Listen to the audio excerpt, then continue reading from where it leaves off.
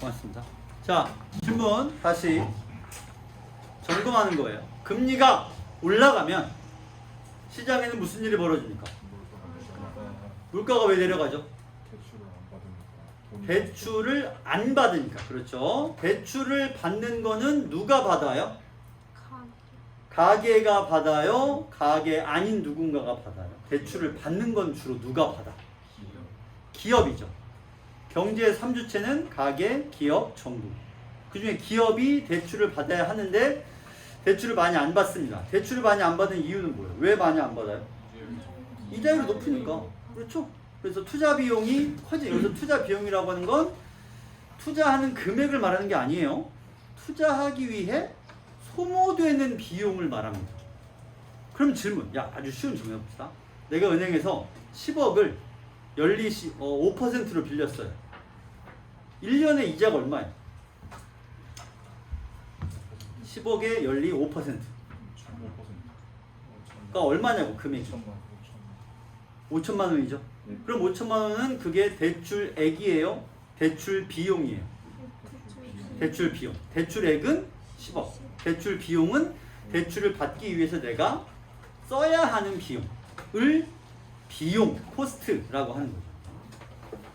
자, 다시 금리가 올랐습니다. 대출 비용이 커져가지고 사람은 대출을 안 받아요. 대출 안 받으니 시장에 돈이 많다 적다? 대출을 안 받으니 통화량이 커졌어 적어졌어? 적어졌어. 물가가 어떻게 돼? 올라가 내려가? 내려가죠. 돈이 없으니까 물건을 살 수 없잖아.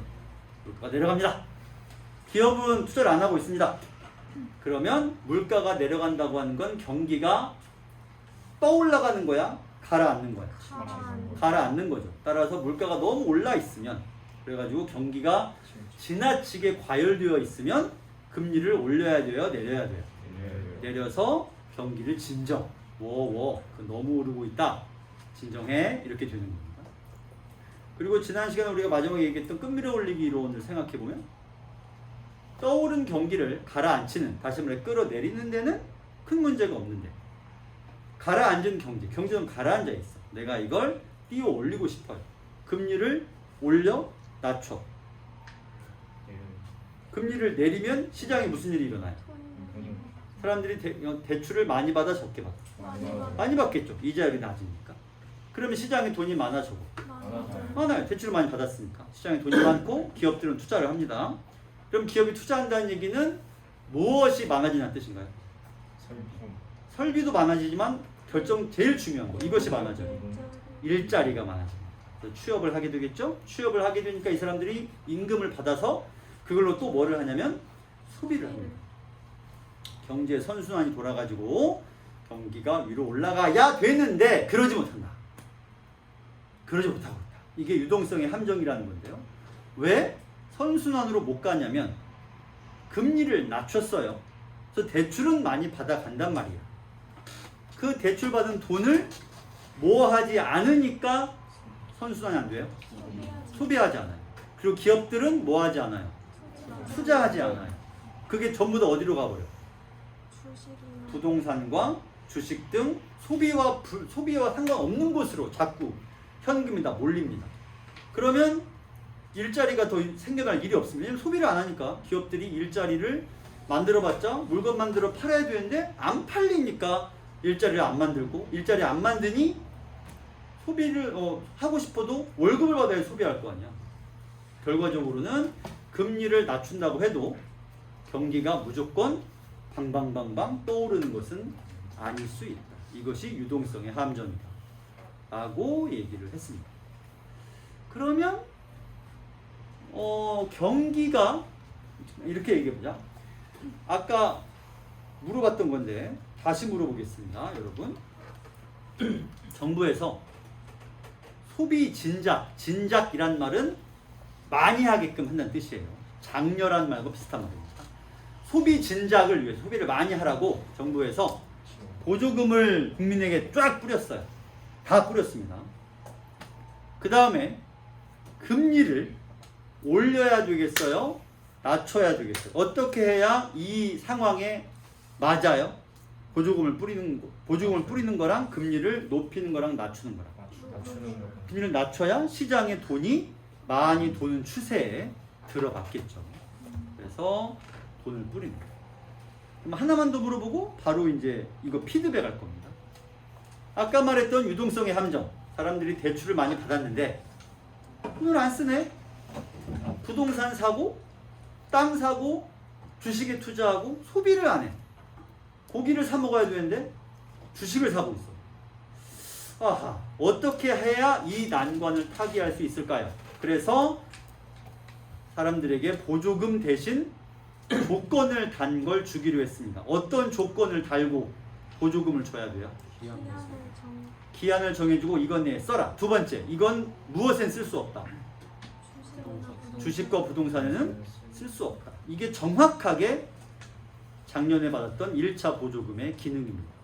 기한을 정해서 써야만 하고, 이른바 타임밤이죠. 시한폭탄 같은 거죠. 그 다음에 대기업 상품에는 쓸 수 없다. 그래서 어디 가서 써야 되냐면 동네 시장에 가서 써라. 그럼 뭐 별다방을 갈 수 있니 없니 맥도날드를 먹으면 되니 안 되니 하고 시끄러웠던 것은 이런 것을 정부가 감안해서 했던 것이죠. 자, 그러면 더 어려운 걸 물어보고 싶지만 이 정도에 나는 충분히 만족할 수 있습니다. 나는 만족하니까. 그러면 이제 질문을 받아봅시다. 우선 8조까지입니다. 8조까지에서 질문이 있으면 하세요. 4번이요. 네, 4번 문제를 같이 보겠습니다. 당신도 4번을 보세요. 이건 지난주에 안 풀었지? 풀었나? 풀었는데 왜 물어봐? 풀었는데 왜 물어봐? 그래도 물어보면 설명하겠습니다. 4번 방금 설명한 겁니다. 그래서 3번을 보시면 끈 밀어올리기가 있을 경우 경기 침체기에 금융안정을 달성하려면 경기 대응 완충 자본 제도의 도입이 필요하겠군이라고 써 있습니다. 그러면 경기 대응 완충 자본 제도라고 하는 건 뭐냐면 거시건전성 정책에서 경기가 과열되어 있을 때에 어떤 기업이 이 정도의 자기 하한 자본을 설정해 놓고 너희 전체 가진 것 중에서 이만큼, 이 퍼센테이지만큼은 쓰지 말고 가지고 있어라. 이게 미시 건전성 정책에서 처음 나왔던 건데 경기가 더 엄청나게 과열된 거야. 야, 이거 안 되겠다. 야, 니네 좀 더 비축해. 이것도 쓰지 마. 그래서 이거를 이제 이거 이름이 이거죠. 추가적인 자본을 비축해 두어라 라고 말하는 것이 완충자본이 되는 거죠. 그럼 이것도 쓰지 말라는 거야. 그러면 경기 과열기에 왜 이렇게 많이 쌓아두라고 하는 거냐면 시장으로 돈이 나가라고, 나가지 말라고. 나가지 말라는 거죠. 나가지 말고, 그래서 경기를 어떻게 더 띄워올려? 끌어내리려는 거죠. 근데 끌어내리다 보니까 너무 끌어내려진 거예요. 그래서 경기가 그만 가라앉고 말았어. 그럼 이런 때에 비축해 두었던 걸 가지고 뭘 할 수 있어요? 대출 자본, 재원으로 쓸 수가 있다는 거예요. 질문. 이 제도는 처음부터 대출 재원으로 쓰려고 시작했다. OX. 이게 X란 얘기죠. 처음에 왜 했어? 그냥 너무 뛰어 올라가 있으니까 가라앉혀야 되겠어. 그러니까 이만큼은 쓰지 말고 가지고 있으라는 거였지. 처음부터 요거 나중에 대출 써먹자 이런 의도는 아니었는데 3번 선지는 경기 침체기에 도입하면 어쩌라는 거예요? 이미 과열기에 도입을 했어야죠. 그래서 3번이 틀린 것이고, 딴 선지 궁금한 거? 5번에 2번이요. 아니 4번에는 2번이요. 5번이요. 5번을 읽어봅시다. 통화정책 효과가 경기에 대해 비대칭적이란 말이 바로 좀 전에 설명한 겁니다. 끌어내리는 건 가능해요. 금리를 올려가지고 대출을 옥죄면 아니야. 금리를 기준금리를 한 20%쯤으로 정해버리는 거예요.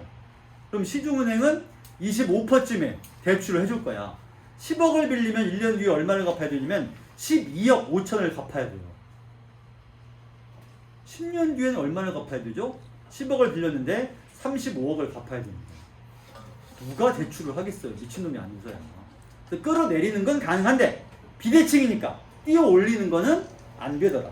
이게 끌어내리는 거, 띄어 올리는 게 대칭적이어야 하는데 비대칭이니까 내리는 것만 가능하고 띄어 올리는 건 안 되더란 얘기야. 그러면 어떻게 해야 돼요? 정책금리 인상은 금리를 띄어 올리면 신용보금을 축소시킴으로써 경기를 진정시킬 수는 있다는 얘기죠. 뭐가 불가능해요? 띄어 올리는 게 불가능하다. 쉽지 않다. 끌어내리는 건 가능하지. 그래서 끈이라고 하는 거죠. 끈이라고 하는 건 끌어내리는 건 얼마든지 되지만 띄어 올리는 건 마법을 부리지 않는 이상 안 되니까.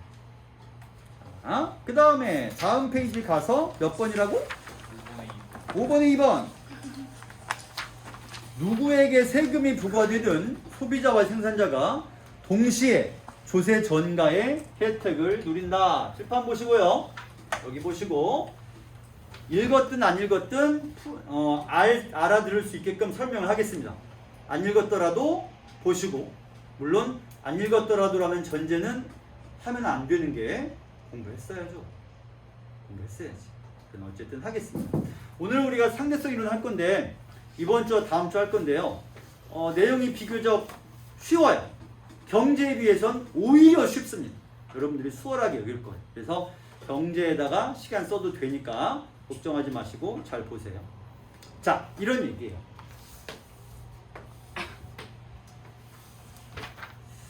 설명을 여기 나온 것보다 내가 더 많이 할 거야. 그냥 보세요. 지문 안 봤어도 되지만 봤으면 더 좋을 거예요. 잘 보세요. 없는 내용도 말할 겁니다. 잘 봐요.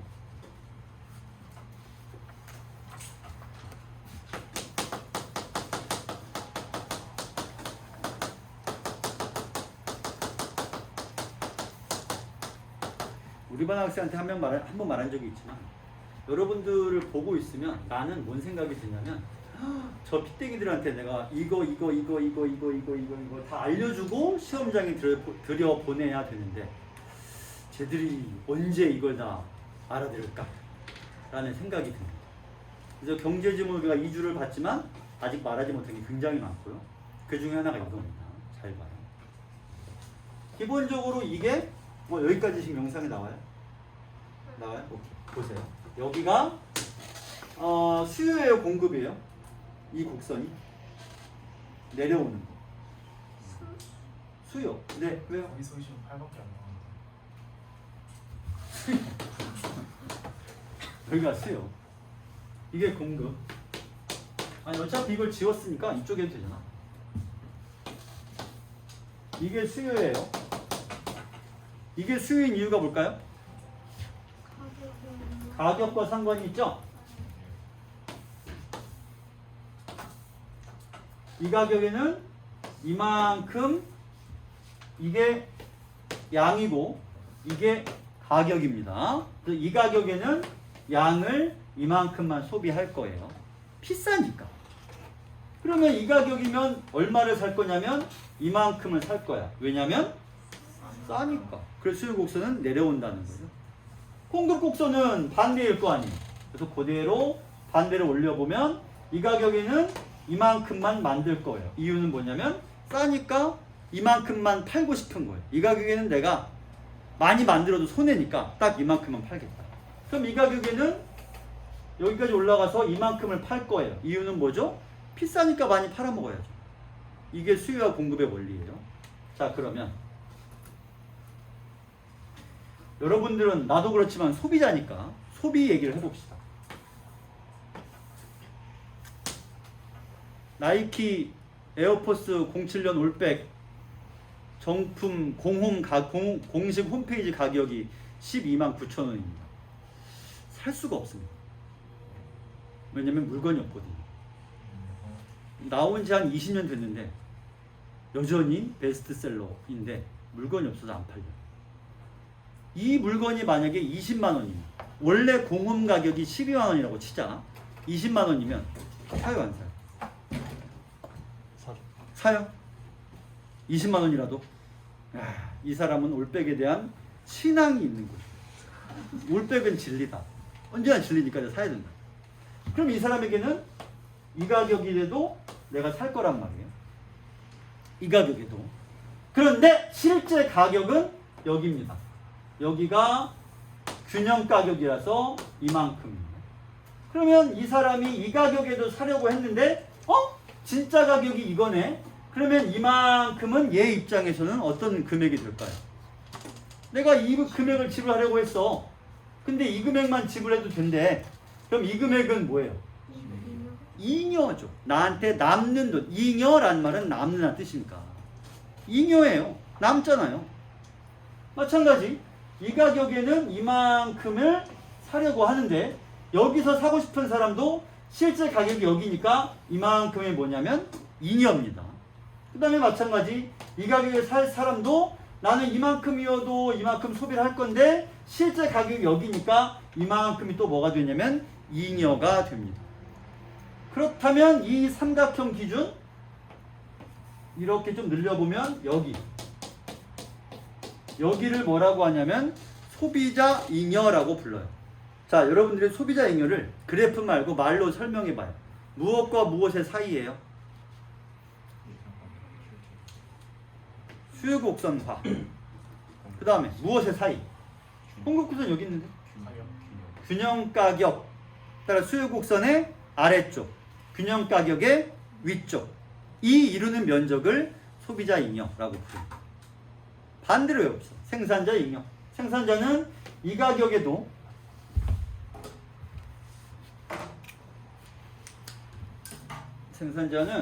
가격에도 이만큼은 팔려고 했어요. 이 정도 양을. 근데 실제 가격이 이만큼이네. 난 이 가격에도 팔 건데 이만큼을 나한테 더 주네? 그렇다면 생산자 잉여는 여기서부터 어떻게 될 거냐면 이만큼이 될 거예요. 똑같은 원리이기 때문에 더 설명은 안 하겠습니다. 그럼 여기는 생산자 잉여. 뭐라고 설명할 거예요? 아까처럼 똑같이. 판매 가격의 아래. 그 다음에 이걸 뭐라고 불러? 공급 곡선의 위. 여기를 생산자 잉여라고 부릅니다. 소비자가 가져가는 거, 생산자가 가져가는 거.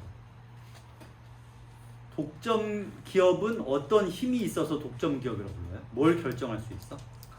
가격을 결정할 수 있어. 그럼 독점 기업이 무슨 짓을 하는 거예요? 가격을 무작정 여기로 그냥 결정해버리는 거예요. 그렇게 되면 무슨 일이 생겨요? 이렇게 해서 여기까지 딱 이만큼만 생산합니다. 소비자 잉여가 어떻게 됐죠? 원래는 이 하얀 거 전체였다가 이제 어떻게 됐어요? 이만큼이 됐죠? 따라서 여기는 누가 가져가는 거냐면 원래 소비자 잉여였던 걸 누가 도로 뺏어가요? 독점 기업이 빼앗아갑니다. 생산자니까. 생산자 잉여가 이만큼이 돼. 이 노란 거 포함해서 여기까지가 다 생산자. 이거는 빼야죠. 왜냐면 생산을 이만큼 안 할 거거든요. 여기까지만 딱 생산할 거거든요. 생산량은 줄어들었고 가격은 올라갔으며 소비자 잉여는 생산자가 빼앗아갔습니다. 이러니 독점을 경계하는 건 독점 기업이 돈 벌어먹는 게 기분 나빠서가 아니라 사회적으로 도움이 안 되니까. 사고 싶은 양을 여기까지를 살 수가 없고 소비자들이 손해를 보니까 독점 기업을 경계하는 거죠. 반대로 여러분들이 기업을 한다면 독점을 이루려고 노력을 해야지. 덜 만들고 더 벌 수 있는데 아싸 난 독점해야지. 그러다가 요걸 처먹으면 오래 살겠지. 이걸 보고 있는 거야. 자, 그럼 이제 이런 얘기에서 우리가 물어본 문제 조세정가로 넘어가 봅시다. 여기까지 얘기했고요. 이제 이걸 여러분들이 알고 있으니 더 수월할 겁니다. 이쪽을 보시고 이 상태에서요. 여기가 균형 가격이에요. 그래서 이만큼의 여기 가격은 이만큼이고요. 이만큼이 수요량입니다. 공급도 딱 이만큼 할 거고 소비도 이만큼 할 거예요. 더 만들지도 않고 더 사지도 않는 가격이 여기서 이만큼 소비하는 거예요. 그런데 지금 이 5번 문제는 무슨 일을 하고 있냐면 정부가 세금을 부과한 거예요. 세금을 생산자든 소비자든 부과하게 되면 먼저 생산자에게 부과했다고 합시다. 그럼 생산자는 그 돈을 내기 싫어요. 근데 내야 되잖아요. 그래서 지문에 무슨 말이 써 있냐면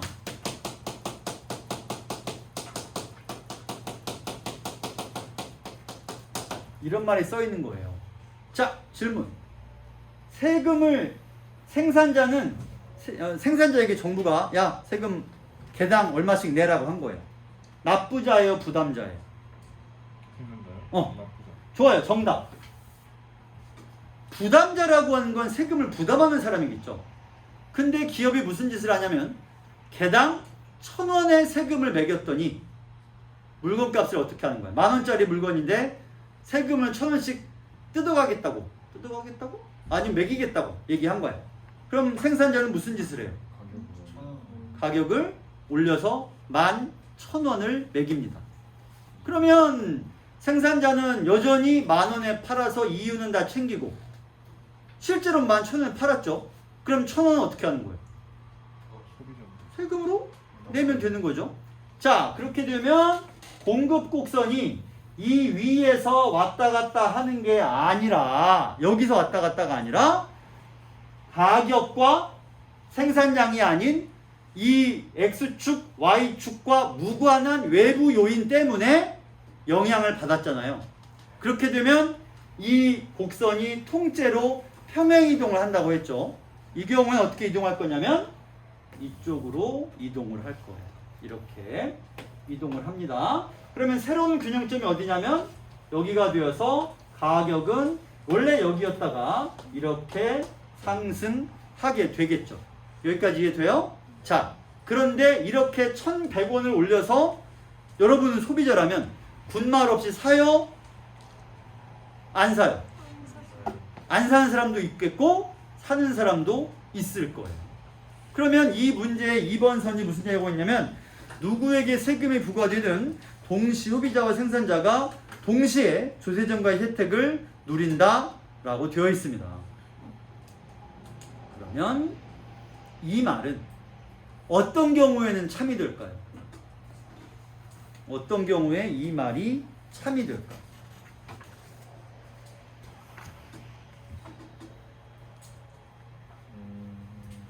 좀 더 설명, 그럼 여기 봐. 좀 더 설명을 할게요.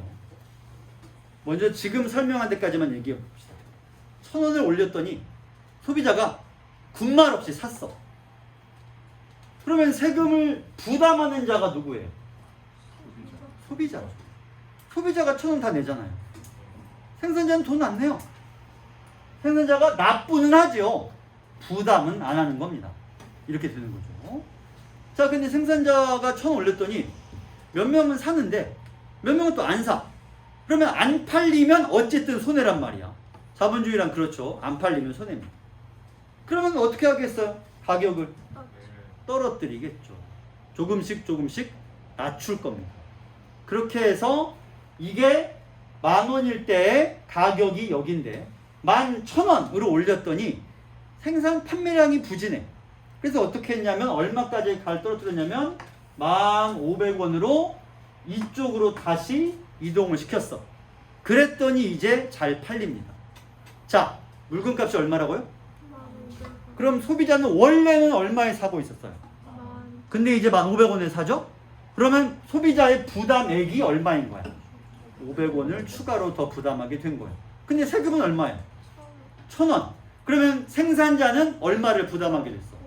500원을 생산자가 부담하게 되고, 왜냐면 1,500원을 팔았으니까. 그 다음에 소비자도 500원을 부담하게 되는 것이죠. 이렇게 됩니다. 그렇다면 다시 2번으로 돌아와 봐요. 누구에게 세금이 부과되든 소비자와 생산자가 동시에 조세정가의 혜택을 누린다 라고 써있지만 지금 말한 대로라면 동시에가 맞을 거예요. 그러나 아까 말했듯이 만약에 소비자가 11,000원짜리를 군말 없이 다 사면 조세정가의 혜택은 생산자가 누리고 부담액이 0원이니까 소비자만 1,000원을 통째로 다 부담하게 될 겁니다. 따라서 동시에란 표현은 틀린 표현인 이유가 이런 경우를 감안해 보면 틀린다 라는 얘기죠. 이것은 여러분이 우리가 얘기했던 특정 단어와 상관이 있는데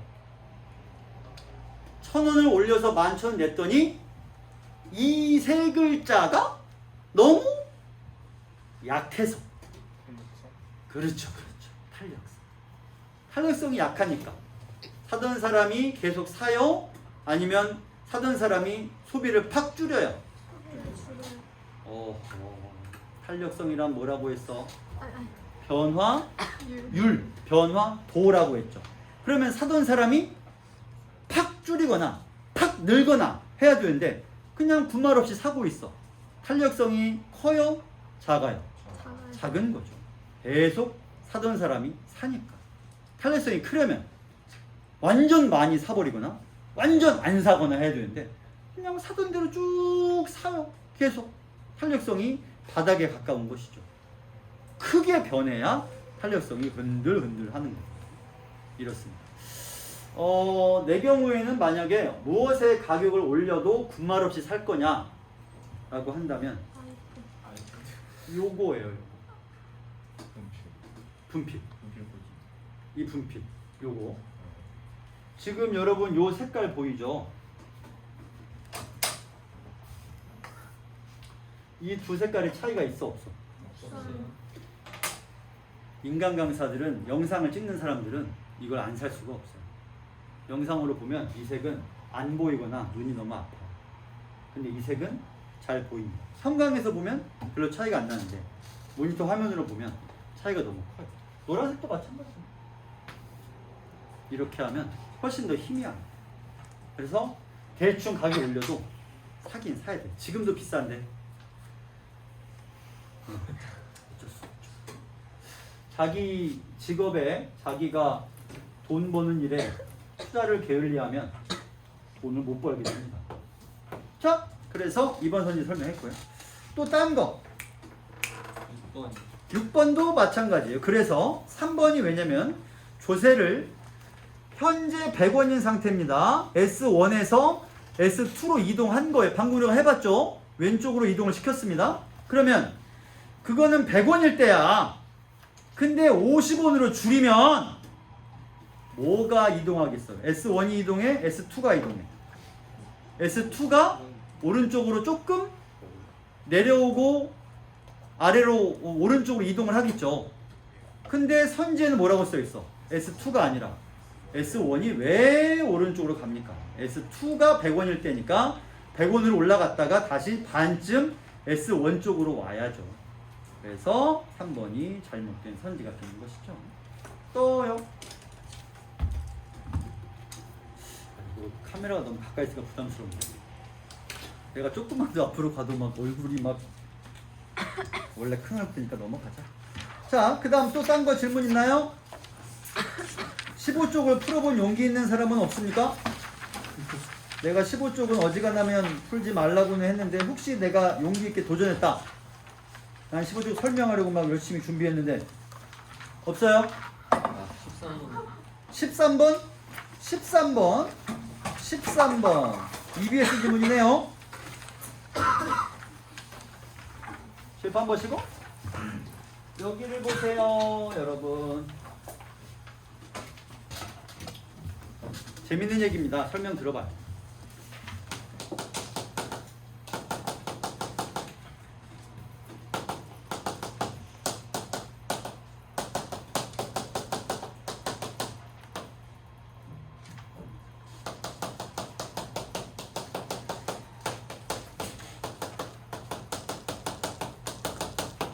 설명을 하겠습니다.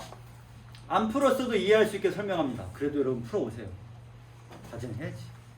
자, 들어봐. 세 가지 종류의 채권이 있습니다. 채권이란 돈을 빌려주었다는 증서 같은 거예요. 회사에서 채권을 종이 쪼가리를 발행하고 내가 종이 쪼가리를 산 다음에 현금 뭉탱이를 회사에게 줍니다. 만기일이 돼서 종이 쪼가리를 들고 다시 회사에 가면 회사가 나한테 원금도 주고 약속된 이자도 주는 게 채권입니다. 그래서 채권은 투자하면 현금과 원금과 이자액을 얻는 게 채권 투자의 목적입니다. 원금을 돌려받고 이자도 받으니까. 내가 내 이름으로 채권 발행하면 살 거야, 안 살 거야? 산다고요? 나중에 회사 사회활동하면서 투자 같은 거 하지 마. 이 사람 큰일 날 사람이야. 사면 절대 안 되지. 당연히 쌤 앞에서 산다고 해야죠. 현명하다. 현명하다. 와이. 채권은 만기일도 중요하지만 무엇보다 중요한 것이 이 채권이 부도나지 않겠느냐라는 위험성. 발행인을 잘 보고 사야 되겠죠. 대한민국이 발행한 채권은 살만할까요? 안정적인가? 어떨까요? 여러분이 보기에 가장 안정적인 채권은 발행인이 누구일 경우일까요? 애플이 발행한 채권? 아니면 미국이 발행한 미국의 국채? 아니면 삼성전자가 발행한 채권? 삼성전자 주식은 지금 9만 원일 때 산 사람들은 피눈물을 흘리고 있습니다. 6만 얼마까지 떨어졌거든요. 그러니까 야 9만 원짜리를 1000주 샀으면 얼마니? 이렇게 쉬운 곱셈이 안 돼요? 9만 원짜리를 1000주 샀어. 9천만 원이야. 지금 얼마란 얘기예요? 6천만 원이란 얘기예요. 3천만 원이 그냥 펄펄 날아서 안녕 하고 어딘가로 가버렸죠. 자, 채권이란 그런 건데, 채권이란 그래서 돈을 빌려 주었다는 증서 같은 건데요. 하나하나 설명합니다. 전환사채란 무엇인가? 만기까지 이자 또는이에요. 또는 중간에 신규 발행 채권으로 전환. 이렇게 중간에 또는입니다. 그냥 그 채권을 가지고 있어. 그래서 이자를 받아서 만기에 원금과 이자 수익을 둘 다 누릴 거야. 이런 게 있고요. 그렇지 않고 그 원금을 그대로 채권으로 바꾸는 건데, 채권이 아니라 신규 발행 주식으로 바꿀 수도 있어. 이게 전환사채. 그러면 교환사채는 똑같이 만기까지 그대로 가지고 있으면서 이자를 받아 챙기거나 또는 기존 주식으로 전환하는 겁니다. 둘의 차이점이 뭔지 알겠죠? 이거는 그 회사 주식을 새로 발행해서 바꿀 수 있는 것이고, 이거는 가지고 있던 걸로 그 회사가, 내가 말고 회사가 가지고 있던 주식으로 바꿀 수 있는 거예요. 그리고 이건 뭐냐면 만기까지 이자 그리고 이게 제일 큰 차이점이에요. 거기다 신규 주식을 살 수 있는 권리. 이게 뭐가 다를까요, 여러분? 두 가지 동시에. 이게 다르기도 하지만 내 손에 돈이 있어요. 이 돈을 가져가고 손이 텅 빈 상태에서 빈자리에 이 돈 액수만큼의 주식을 다시 올려놔. 이게 이거예요. 그럼 돈이 주식으로 바뀐 거죠. 이거는 뭐죠? 돈은 그대로 여기 있어요. 그 다음에 주식으로 바꾼 건 아니고 주식을 살 권리. 그럼 주식도 얹어주는 겁니까? 아니요. 주식을 살 권리를 준다고요. 그럼 주식값은 어떻게 해야 돼? 이 두 개는 여기 있던 돈이 주식으로 바뀐 거야. 돈으로 주식값을 지불한 셈이에요. 근데 이거는 돈은 여기 있어. 그대로 있어요. 어디 안 갔어. 그럼 주식을 살 권리를 준다는 거지 주식을 주진 않아. 그럼 주식값을 어떻게 해야 돼? 추가로 내야 돼. 따로 더 내고 주식을 살 권리를 주는 것뿐이에요. 결정적인 차이점이죠. 내 손에 있는 것이 사라진 대신 생기는 것이냐. 손에 있는 건 그대로 있고 거기다가 더 얹을 수 있는 권리만 산다. 실제로도 얹으려면 그 값은 따로 지불을 더 해줘야지 위에다 얹어주겠다. 이렇게 되는 거죠. 둘의 차이점을 알겠어요? 네. 요거는 진짜 아예 주식으로 돈을 바꿔버리는 것이고, 이거는 돈 그대로 두고 주식 살 권리만 주는 겁니다. 주식 살 권리라는 게 왜 중요할까요? 왜 의미가 있을까요? 혹시 알아요? 주식을 살 권리는 의미가 있을까? 주식을 살 권리. 사고 싶으면 언제든 사면 되는 거 아니에요? 권리가 필요한가? 다른 사람한테 주어지지 않는데 자기만 유일하게 특권 같은 거. 비슷하긴 한데 비슷하게 접근했어요. 하이브라는 기업이 있습니다. 뭐 하는 기업이에요? 양봉? 양봉. 하이브는 벌집이란 뜻도 있으니까. BTS가 소속되어 있는 기획사 이름입니다. 하이브. 이 회사가 원래 빅히트였죠. 빅히트 엔터테인먼트. 여러분이 빅히트 엔터테인먼트에 다니는 삼촌, 이모, 친구의 형한테 정보를 얻은 거예요. 빅히트가 주식시장에 상장을 한다. 일주일 뒤에 지금 주식을 사두면 최소 20배는 껌이다. 100배까지도 이익을 누릴 수 있다. 그러면 주식을 사요, 안 사요? 살 수 없어요. 왜죠? 권리가 없어서. 권리가 없습니다. 주식시장에 올라가기 전에 해당 주식을 살 수 있는 권리가 특정인에게 주어져요. 그 다음에 상장이 되고 나면 그때 살 수 있어. 그럼 상장되기 전에 가격에 살 수 있는 특정인이 있어요. 그거 빼고 그 다음 단계가 주식이 공개돼서 우리가 살 수 있는 거예요. 그럼 그때가 되면 가격은 이미 20배, 30배 뛰어 있으니까 의미가 없죠. 따라서 주식을 살 권리라고 하는 것은 그 자체로도 의미가 있을 뿐더러, 두 번째, 이게 더 근본적인 거예요. 잘 들어봐요. 편의점에 가면 물건을 사는데 전혀 장애가 없습니다. 그건 물건이 편의점에 있기 때문이죠. 주식은 사고 싶다고 해서 살 수 있는 게 아닙니다. 왜냐하면 전체 발행량이 정해져 있거든요. 그리고 그걸 지금 누군가 다 들고 있어요. 그럼 내가 주식을 사려면 어떤 사람이 있어야 살 수가 있어? 사는 사람이 있어. 그렇죠. 그런데 여기 보면 뭐라고 써있지? 신규로 그 회사가 주식을 발행을 추가로 더 한다는 거예요. 그럼 또 시장에 올라와서 누군가 사겠죠? 그러기 전에 나한테 먼저 팔아야 할 의무를 내가 돈 주고 산 거예요. 그리고 그 가격은 언제 결정하냐면 이 사채를 사는 시점에서 결정이 됩니다. 가격이 나중에 결정되지 않고 이때 채권 살 때 가격을 결정해 놓고 그 가격에 준거해서 신규 주식을 사는 거예요. 얘들도 마찬가지. 이 금액도 이때 결정하고 이 금액도 처음 이거를 발행할 때 결정을 하는 겁니다. 이 두 개는 차이가 뭘까요?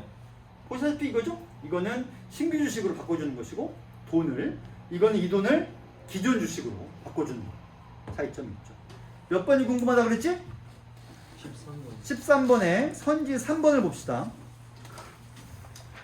요 문제까지 풀고 더 질문이 없으면 우리 이제 물리로 넘어가겠습니다. 자, 땡땡 기업이 2020년 1월 2일에 액면가 2만원, 금리 5%, 만기 4년, 전환가격 1만원의 조건으로 전환사채를 발행했다. 까지만 읽고 질문. 이 채권 한 장에 주식이 몇 개인가요? 이 채권 하나에 주식이 몇 개인가요? 액면가 얼마예요? 2만원이죠. 근데 이 한 장으로 전환가격 1만원이라고 써 있으니 주식을 이 채권을 바꿀 때 1만원이란 말은 액면가가 2만원이니까 만원짜리 2개로 바꿔주겠다. 이런 얘기입니다. 그래서 이 채권은 한 장당 주식이 2개예요. 그거를 이해했어야 돼요. 자, 만기가 3년 남았습니다. 2021년 1월 2일에 투자자 갑은 이 전환사채 1000개를 개당 18,000원에 매입했습니다. 매입 1년은 2022년 1월 2일 현재 가격은 개당 19,000원. 칠판 보시고 여러분이 알기 쉽게 정리해 주겠습니다. 칠판 보세요. 맨 먼저 출발점 2020년 1월 2일 액면가 2만원 짜리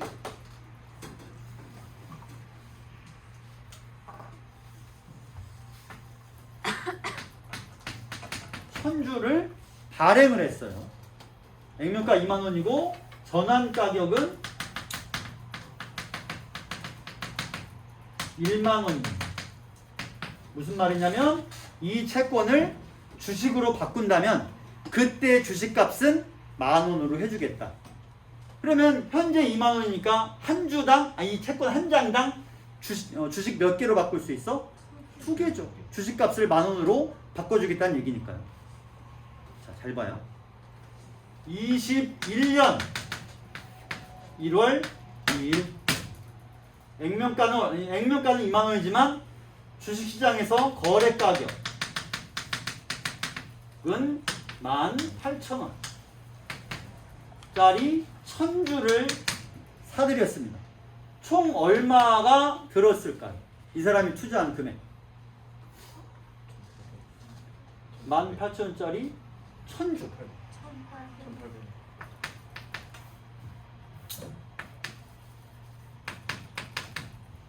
이렇게 되겠죠?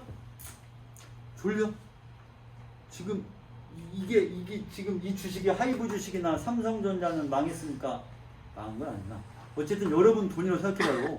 1,800원에 지금 투자한 거야. 예빈아 눈이 더 커졌어.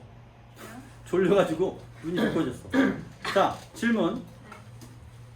주식에 2만원이라고 써 있습니다. 여기 보니까 거래 가격이라고 써 있어요.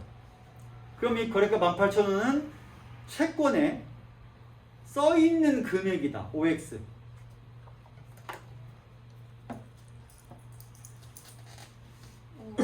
아닙니다. 어쩌면 좋지?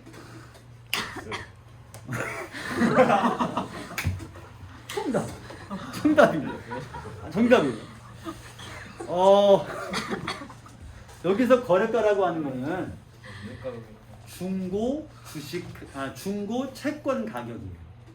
이거는 뭐냐면 채권에 붙어 있는 라벨에 2만원이라고 써 있어요. 채권에 써 있는 금액이고 2만원짜리를 지금 얼마에 사고 팔고 있어? 18,000원에 사고 팔고 있습니다. 그런데 만기가 돼서 이 채권을 돌려주면 회사에서 나한테 얼마를 줄까요?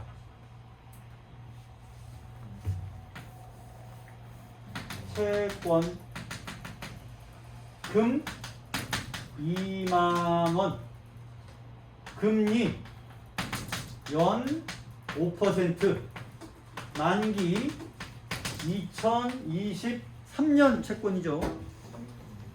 2023년 12월 아니라 그냥 2024년 1월 1일 하겠습니다.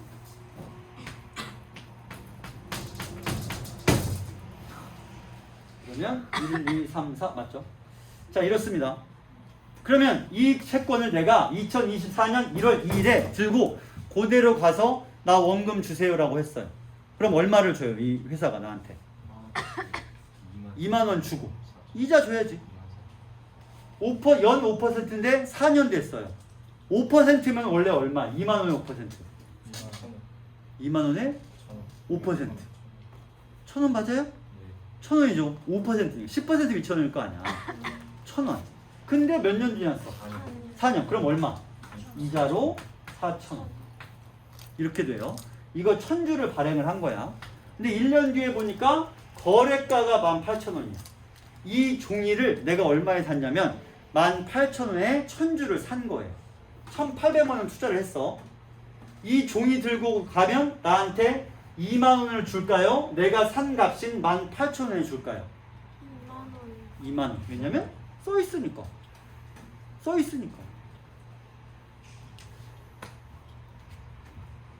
롯데 백화점 상품권 10만 원짜리를 왜 사람들이 9만 원에 사고 팔까요? 유동성이 떨어지고. 내가 당장 9만 원을 써야 돼. 나는 롯데백화점 갈 일이 없어. 그럼 10만 원짜리를 나 이거 내가 쓰면 좋겠지만 너한테 줄 테니까 나한테 9만 원만 줘. 나는 9만 원이 필요하니까요. 2만 원짜리를 왜 18,000원에 팔아요? 나한테 지금 당장 이게 필요하니까. 이걸 산 사람은 언제까지 버티면 돼요? 24년 1월 2일까지 버티면 내가 18,000원에 산 얘는 나한테 얼마가 될 거야? 2만 원 하고도 이자인 4,000원을 더 줄 거란 말이에요. 채권의 액면금액하고 거래 가격하고는 구분해야 돼요. 거래가는 중고가예요. 자, 다시 거래가는 중고가를 잊지 마시고 22년 1월 2일이 됐습니다. 거래가가 얼마가 됐냐면 도로 올랐어. 그래서 19,000원이 됐습니다. 역시 나한테 이게 얼마이냐면 1000주가 있어요. 자, 내가 이걸 그대로 그냥 19,000원에 그대로 그냥 남한테 팔았어. 그러면 내가 이익을 1년 사이에 얼마 볼까요? 1,800만 원에 사서 1,900만 원 팔았으니까 얼마 이익이야? 100만 원 이익입니다. 두 번째, 내가 이 1000주를 몽땅 주식으로 바꿨어. 그러면 나한테 몇 주가 생길까요? 한 장당 몇 주로 바꿔준다고? 주식 2개를 바꿔주기로 했잖아. 근데 내가 몇 개 가지고 있냐면 1000개를 가지고 있어. 그럼 주식은 몇 개 가질 거야? 2000주가 되겠죠. 이렇게 되겠죠. 자, 그리고 그대로 파느냐 주식으로 바꾸느냐를 내가 결정할 수가 있어요. 이제 선지를 봅시다. 3번 땡땡기업 전환사채 전환 가격이 9,000원으로 정해졌습니다. 그랬다면 투자자 갑이 전환권을 행사할 때 얻을 수 있는 주식의 수는 더 늘어나겠군 이라고 써 있습니다. 원래 10,000원이었잖아요. 그럼 9,000원이면 액면가 20,000원짜리를 9,000원당 한 장으로 바꿀 수 있어. 그럼 내가 바꿀 수 있는 주식의 수가 늘어나 줄어들어? 늘어나겠죠. 3번은 따라서 올바른 선지. 그럼 5번은 어때? 가격이 현재금에 고정되어 있고 투자자 갑이 전환사채를 매도하지 않고 만기까지 보유한다면 얻을 수 있는 이익의 총액은 300만 원이군 이라고 써 있습니다.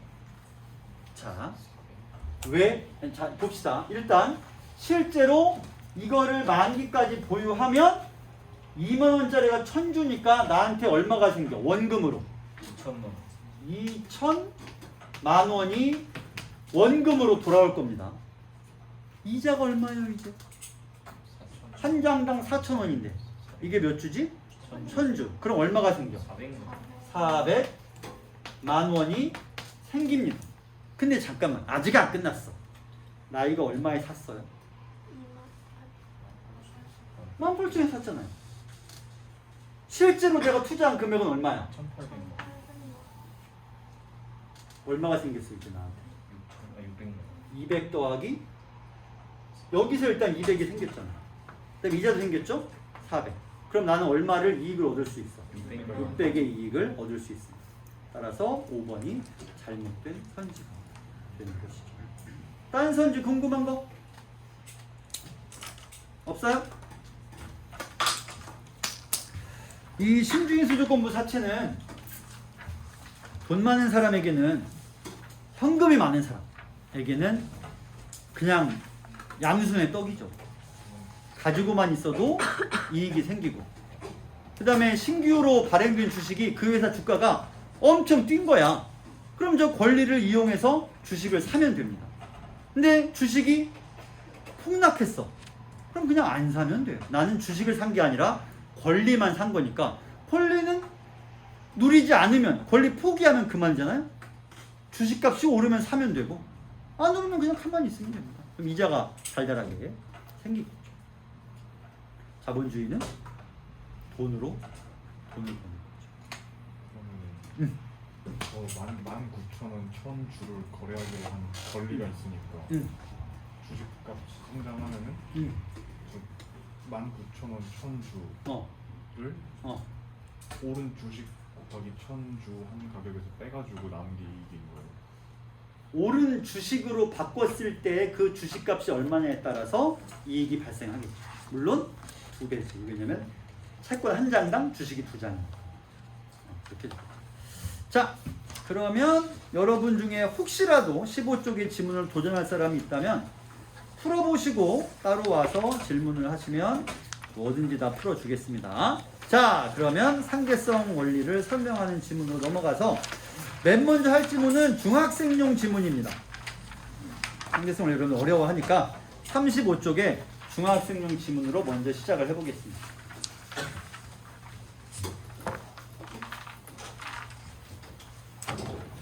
근데요. 네. 물리 지문은 물리를 하고 있는 학생들한테 확실히 더 유리한 건 맞아요. 본인이 물리하고 있어요? 물리를 했었어요. 했었어요? 지금 하고 있는 건 아니고. 물리 지문은 모든 물, 화, 생지, 과학 지문은 전부 투 과목에서 나옵니다. 물투, 화투, 생투, 지투. 따라서 투 과목까지 하고 있다면, 내가 예를 들어 물투를 하고 있는데 물리 지문이 나왔다. 그러면 진짜 유리한 게 맞죠. 근데 물리 원을 하고 있다면 100% 유리하다고 말하기는 어려우나 최소한 다른 과목에 비해서는 유리하겠죠. 어쨌든 아무튼 힘이란 걸 얘기하고 그다음에 거리나 뭐 부하나 이런 것도 알고 있을 테니 어쨌든 유리한 건 맞긴 맞습니다. 근데 한정돼 있다. 질점이 3년 전에 수능 문제로 나왔는데 질점은 물리에서 배우는 거긴 한데 물투 혹은 지투나 언급이 되고 물원과 지원에는 질점이라는 게 나오질 않아가지고 그것 때문에 그 당시에 이것이 누구한테 유리하다 불리하다 했었는데 한계가 있는 유리함 정도라고 말할 수 있겠습니다. 자, 들어가기 전에 나 보세요.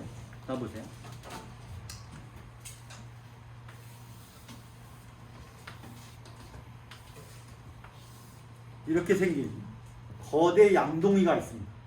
초거대 양동이.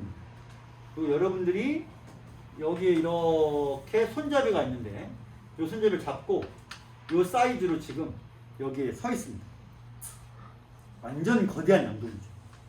그래서 물이 여기에 가득 차 있어요. 이렇게. 거인이 와서 손을 잡고 이렇게 빙글빙글 돌리기 시작했습니다. 혹은 이 밑에 돌아갈 수 있는 시설이 되어 있어서 얘가 이 방향으로 돌기 시작했습니다. 양동이가 도는 겁니다. 여러분들은 여기 있고요. 그러면 이 안에 있는 물은 돌아요, 안 돌아요? 처음에는 안 돌죠. 처음에는 안 돌아요. 물은 물이고 양동이 양동이니까. 양동이를 돌리면 이 물의 가운데 쪽 말고 이쪽에 붙은 여기에서는 마찰이 생기겠죠. 양동이는 열심히 돌고 물은 멈춰 있으려고 하죠. 관성에 따라서. 근데 어쨌든 여기가 계속 도니까 이렇게 이쪽에 있는 물부터 움직이기 시작합니다. 그래서 계속 돌리면 물이 점점 빠르게 움직이겠죠. 그래서 양동이가 도는 속도와 이 안에 물이 회전하는 속도가 나중에는 같아질 거예요. 자, 상황이 이해돼요? 어떤 상황인지 알겠어요? 처음에는 내가 잡고 있는데 나만 지금 빨리 돌고 있는 것 같아요. 나중에 물도 돌고 있어. 그치? 나의 기준으로 물은 언제 멈출까요?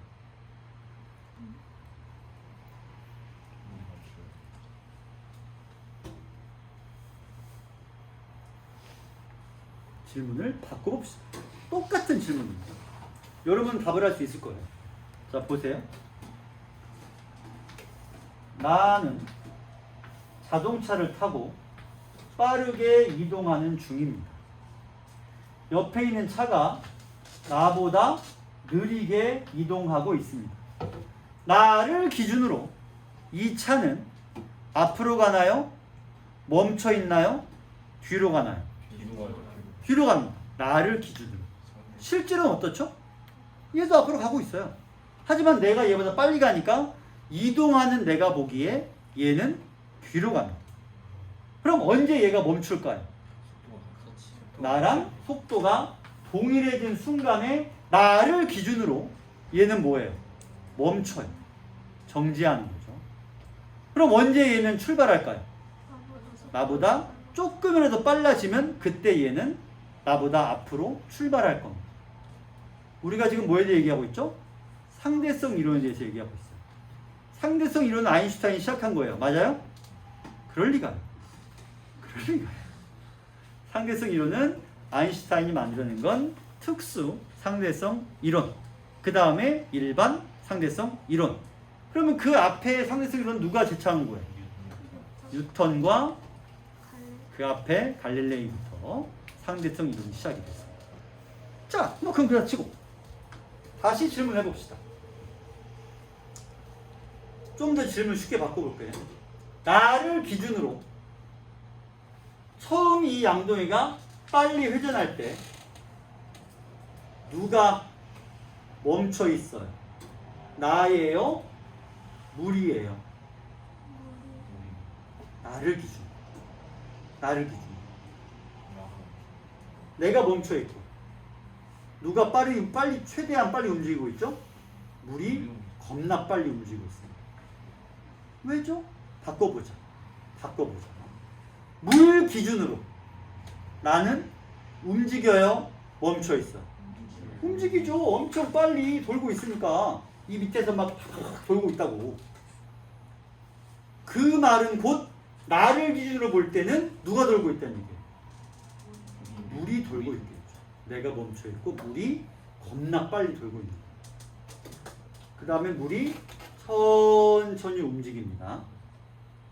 더 움직여서 내가 도는 속도와 물이 도는 속도가 같아졌어요.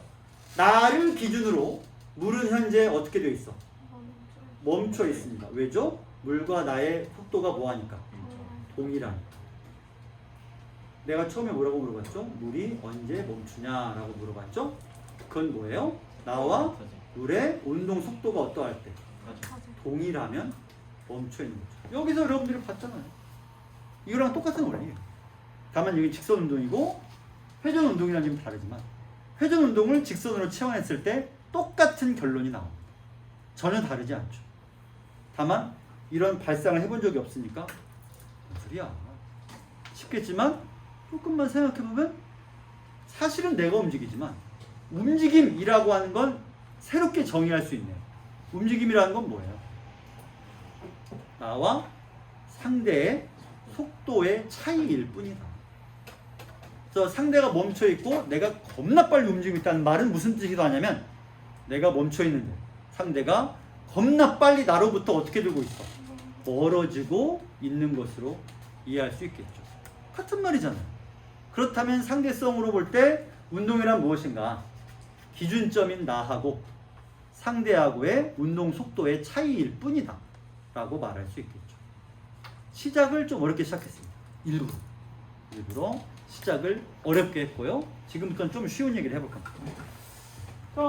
이런 얘기를 하다 보면 결론적으로 우리가 할 얘기는 뭐냐면 시간여행 얘기를 하게 되는데 그 얘기는 또 해봅시다. 자, 이렇게 수월하고 복습하고 하다 보니 첫 수업 시간이 이제 15분밖에 안 남았습니다. 15분 이제 쉬어야죠. 갑니다. 현대 물리학에서 이 질문이 지금 맞죠? 시간에 대한 새로운 관점을 창안한 사람은 아인슈타인이다. 여기 이렇게 밑줄 줘야 되겠죠? 그리고 이것이에 관한 게 이겁니다. 같은 거예요. 시간에 대한 새로운 관점 이퀄 특수 상대성이다. 시간과 공간이 사슬처럼 서로 맞물려 있다. 누가? 시간하고 공간하고. 여기서 특수라는 말은 특별하다는 뜻보다는 한정된 경우, 리미티드로 이해해야 된다. 어떤 경우냐면 이거. 자, 한자로 바꿔봅시다. 움직인다, 운동. 속도, 속도. 근데 그 속도가 일정하게 유지돼. 변하지 않아. 그럼 똑같다라는 의미의 한자어 여기 뭐 들어가요? 등속. 말 그대로죠. 똑같은 속도로 움직이니까 등속 운동이라고 합니다. 등속 운동을 하고 있는 거예요. 뭐 시속 3km로 계속 움직이고 있다. 쯤으로 이해해 봅시다. 그때만 적용할 수 있어요. 그러면 나중에 아인슈타인이 발표하는 이론이 일반 상대성 이론입니다. 어느 쪽이 더 적용 범위가 크겠어? 특수야, 일반이야? 일반이겠죠. 처음에는 한정된 범위만큼만 적용하다가 나중에는 넓은 범위로 적용하게 된 겁니다. 허가 봅시다.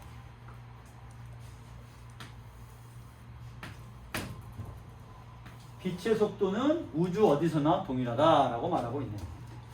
만일 당신이 자동차를 타고, 다시 말하지만 중학생용 질문이에요. 잘 보세요.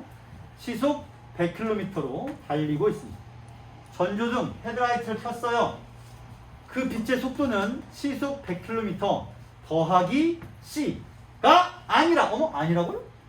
아니랍니다. 아니라 여전히 C라는 것이다. 자, 이동하는 물체, 기차가 혹은 자동차가 이동하는 속도가 시속 100입니다. 여기서 헤드라이트를 켜서 불빛이 이쪽으로 진행하는데 불빛의 속도는 빛이니까 C예요. 시속 30만 킬로미터죠. 그런데 100km를 가고 있던 애가 불을 켠 거니까 이 100이 여기다가 더해질 거란 얘기인데 이게 아니라 무조건 속도는 C이다. 즉 100 플러스가 안 된다는 얘기입니다. 이유는 뭐냐면 빛의 속도. 빛의 속도는 우주 어디든 어떤 조건이든 가릴 거 없이 반드시 일정한 속도를 유지한다. 이게 상대성 이론의 기본 전제죠. 빛의 속도는 광원과도 무관하고 관측자의 운동 상태와도 무관. 잠깐만요. 이거와 무관하다고 써 있습니다. 운동 상태와 무관하다. 이 말이 매우 중요한 키예요. 들어가 봅니다. 빛의 속도의 불변성으로부터 얻어지는 가장 흥미로운 결과는 시간의 흐름이 상대적이라는 것이다. 시간의 흐름이 아래 그림처럼 이동하는 우주선 내부에서 내부에 영희가 있습니다. 그 다음에 민수는 정지에 있습니다. 우주선의 빛시계를 관찰하는 상황을 가정해보자. 중학생 과학교과서에 나오는 그림입니다. 빛시계란 거울을 사이에 두고 왕복하는 빛인데 우주선 내부에 있는 내부의 영희가 보는 빛시계에서 빛이 한번 왕복을, 영희는 여기 있으니까 이 빛시계에서 빛이 내려왔다가 올라갑니다. 혹은 반대로 할 수도 있겠죠. 빛이 올라갔다가 내려와. 똑딱 해서 1초. 이게 1초예요. 민수의 눈에는, 민수는 정지에 있죠. 정지. 어떻게 보일까? 그러면 빛이 위로 올라가는 동안 이미 우주선이 이만큼 왔으니까 여기서 이렇게. 또 빛이 내려와야 되는데 그 내려오는 동안 우주선이 여기서 여기까지 왔으니까 이렇게. 그럼 거리가 이렇게 늘어났습니다. 거리가. 자, 그러면 결론. 금방 결론입니다. 민수에게는 빛이 함께 움직이는 우주선이랑 같이 함께 움직여. 이때 빛은 이런 경로. 앞에서 봤죠? A, B, C예요. 그런데 결과적으로 영희보다 더 거리가 길어. 영희는 똑딱. 밖에 있는 민수가 보기에는 똑딱 이렇게 되죠. 따라서 빛의 속도는 일정하니까 우주 어디에서든 민수는 시간을 영희보다 더 길게 측정하게 된다. 왜요? 왜요?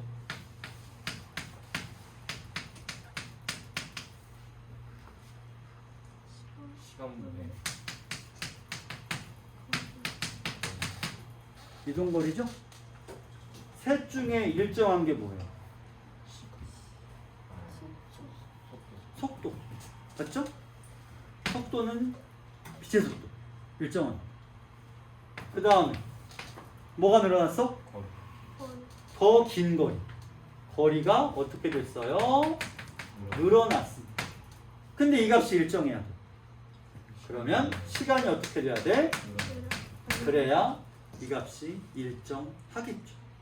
이것이 상대성 이론의 가장 기본적인 출발점. 여기서부터 출발하는 거죠. 따라서 정지한 관찰자가 운동하는 관찰자를 보면 상대편의 시간이 느리게 가는 것. 주로 관찰되는데 이것을 시간의 팽창이라고 하고요. 이러한 시간의 팽창 효과는 물체의 속도가 광속일 만큼 빨라야 눈에 띕니다. 빛에 가까울 만큼 빠르지 않으면 이거는 눈에 띄지 않습니다. 길판 보시고요. 길판 보시고요. 이제 중요한 말이 있어. 잘 봐. 누구에게 시간이 느리게 가요? 써 있어요. 누구에게 느리게 가요? 이 상대편은 움직이는 쪽이야, 멈춰 있는 쪽이야. 정지한 애가 운동하는 애를 보면 상대편이니까 운동하는 쪽이죠. 그래서 정지한 애 입장에서 운동하는 쪽 시간이 느리게 갑니다. 운동하는 쪽. 시간 여행을 하고 싶어요, 여러분. 이 원리를 적용해서 어떻게 하면 미래로 갈 수 있을까요? 광속에 가까운 우주선을 내가 타요? 아니면 태워요? 내가 여행하고 싶으면 타요? 태워요? 일단 타볼까요? 좋아요. 내가 탔습니다. 그러면 정지한 관찰자가 운동하는 애를 보면 상대편은 운동하는 애라며, 그러면 나는 얘를 탔고 지구에는 나의 가족, 친구가 있습니다. 그럼 이 사람들은 지구에 있잖아요. 지구 표면에 있단 말이에요. 이들은 따라서 정지에, 물론 지구는 빠르게 돌고 있지만 어쨌든 광속은 아니니까 정지에 있습니다. 누구의 시간이 어떻게 가요? 나의 시간. 움직이는 애가 누구야? 움직이는 애가 가족이야, 나야? 내가 움직여요. 그럼 내 시간이 어떻게 간다고? 느리게 간다. 여기는 시간이 어떻게 돼? 빨리라고 말하면 안 되죠. 그대로 똑같이. 시간이 정상적으로 흐릅니다. 하지만 상대적으로는 이쪽의 시간이 어떤 걸로 보일까? 왜냐면 나는 내가 보고 있는 시계는 멀쩡하니까 이거는 느리게 가지만 이 느리게라는 말은 얘가 볼 때 이렇다는 얘기. 나는 내 눈의 시계가 어떻게 보이냐면 그냥 정상으로 보일 거예요. 그렇다면 느리게 가는 애가 정상으로 보인다면 정상인 애는 어때야지 상대성이 맞아요? 빠르게 가는 것처럼 느껴지겠죠. 자, 내가 10년을 여행하고 돌아왔습니다. 나의 입장으로는 정상이죠. 이 사람들이 본 입장으로는 굉장히 느렸을 거예요. 그리고 돌아왔습니다. 내가 49세 고대영 씨가 무려 10년 동안 여행을 하고 돌아왔습니다. 내 나이는 59세. 59세? 숨을 쉬고 있을까요? 이는 다 붙어 있을까? 어쨌든 돌아왔습니다. 이 사람들은 어떻게 되어 있을까요? 내 시계보다 훨씬 더 빠르게, 혹은 이들이 정상이고 내가 되게 느리게 왔겠죠. 그럼 이 사람들은 나는 59세이고 나에게 올해는 몇 년도냐면 2032년인 줄 알고 와봤더니 이쪽은 어때요? 2100년쯤 돼 있겠죠. 가족은 다 죽었고 친구도 이미 갔고요. 누군가 와서 나한테 익숙한 얼굴이 내가 손을 흔들면 그 사람은 가족의 아들의 딸의 아들쯤 되겠죠. 우리는 미래로는 갈 수 있습니다. 돌아올 수 있을까요? 이미 늙었으니까 돌이킬 수는 없겠죠.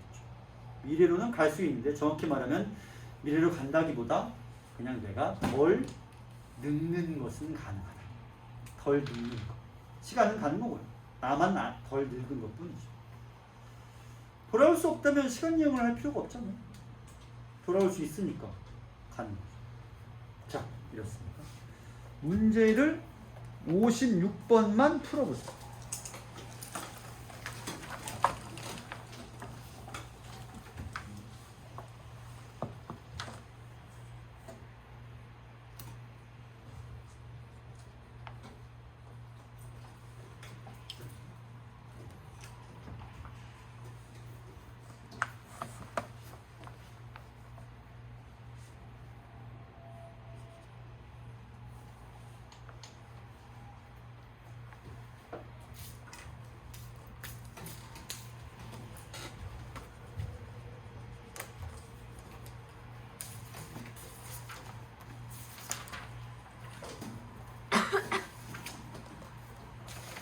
자, 이거는 시간이 오래 걸릴 수가 없어요. 이 문제는.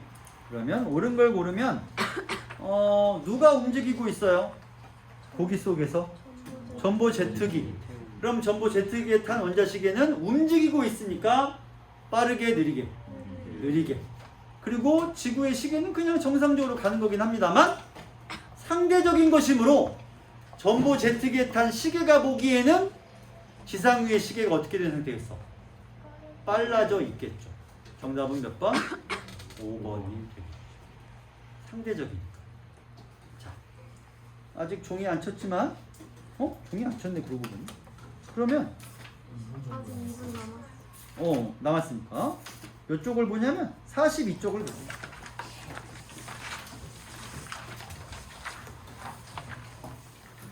이제 고1 수준의 지문으로 올라와 보겠습니다. 자, 여러분들이 상대성 이론 하면 누구나 다 어렵게들 여기니까 물론 개 중에는 또 물리에 미친 인간들이 있어서 상대성 이론 그러면 줄줄 꿰고 있는 사람도 있지만 어쨌든 보통은 어렵게 여기니 쉽게 갑니다. 자, 바로 시작해서 딱 요만큼만 읽고 종이 치든 안 치든 끝내겠습니다. 일단 쉬겠습니다. 100km로 달리는 기차가 있습니다. 경찰이 추격하고 있어요. 범인은 기차의 진행 방향으로 뒤에서 앞으로 뛰고 있습니다. 시속 10km. 겁나 빠릅니다. 시속 12. 아이씨. 보통 성인 남자가 뛰면 시속 6km쯤 되거든요. 엄청 빨라요. 이때 기차 밖에서 보게 되면 범인이 시속 몇 킬로? 몇 킬로 움직여요? 왜 110이에요? 움직이는 기차 속력에 얘가 자기 속도가 10이니까 110이죠. 그러면 질문 여러분, 기차를 내가 타고 있다가요 여기서 공을 앞으로 집어 던졌습니다. 그러면 이때 공의 속도는 기차의 속도 더하기 내가 집어 던진 공의 속도가 될 거예요. 앞에서 기차가 나를 향해서 오고 있습니다. 그리고 공이 맞아서 튕겨 나옵니다. 이렇게 되겠죠.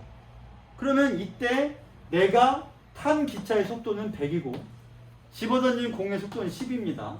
이쪽 기차도 100으로 오고 있습니다.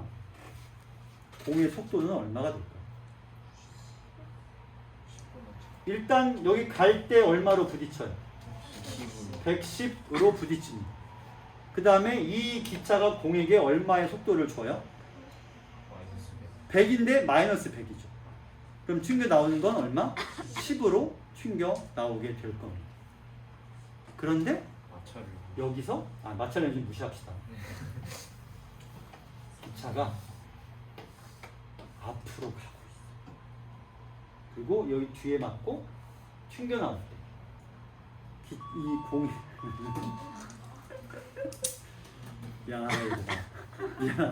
이거는 나중에 우리 물리 끝날 때 이거를 물어볼게요. 자, 일단 쉬었다가 됐다. 이거 좀 꺼주세요.